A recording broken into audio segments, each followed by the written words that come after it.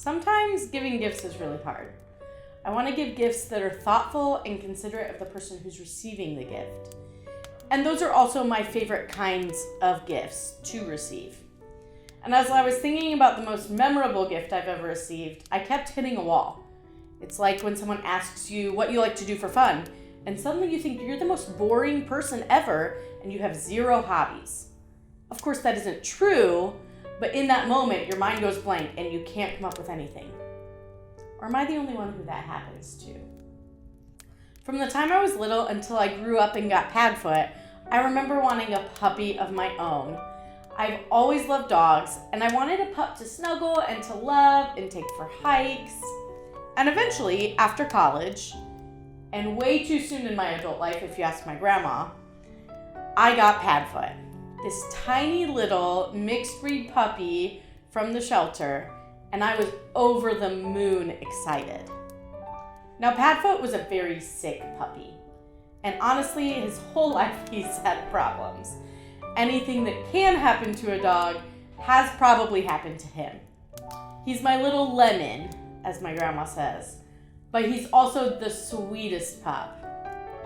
And when Padfoot was about a year old, I got a gift from my grandpa for him. Now, my grandpa is an incredibly talented and gifted person. He is great at making things. He's an artist, and just kind of has an eye for creation. When Padfoot was about a year old, he started having a problem eating where he would try and eat too fast. And even if he wasn't eating too fast, he would choke on his food. And so I read online that something that can help dogs to not choke is to have their food bowls higher up so they don't have to bend down to eat. So Grandpa set to work and made a food stand for Padfoot. And he has remade this a couple of different times, once as we moved to Peru, and most recently as we added Isla to the mix.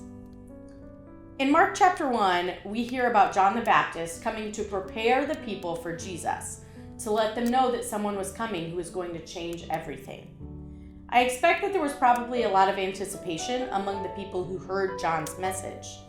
They were probably intrigued and excited and a little bit confused about what to expect, because this man in camel's hair who was eating locusts was telling them that someone was coming to baptize with the Holy Spirit. Anticipation, excitement, confusion. I had all of those things when I decided to get a puppy. We've all experienced those feelings when we start something new. We don't really know what to expect or how to be prepared. And we need people who will give us the gift of seeing us, of knowing us, and of loving us. Someone who will make a simple dog food stand to show us that we are loved and that they see us and know what is important to us. The gift that helps us be prepared in new ways. Now, in true Allie fashion, I could not decide on one gift.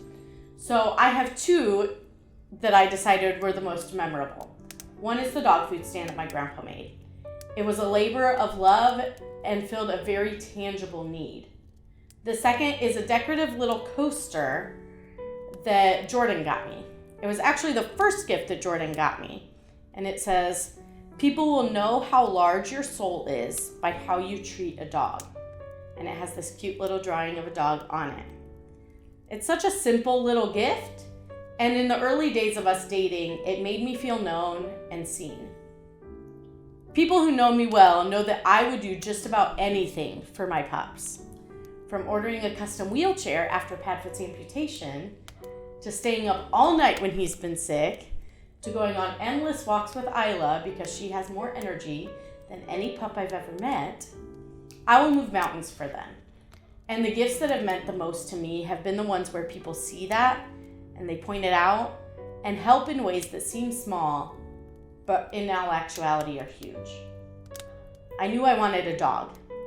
For years, I had the feeling of anticipation about finally having this puppy to love. But I couldn't have done it without those who knew more than I did, helping me, seeing me, knowing me, and loving me. As you celebrate Christmas with your loved ones, and as you remember the birth and anticipation of Christ, I hope that you can also feel seen, known, and loved by those around you.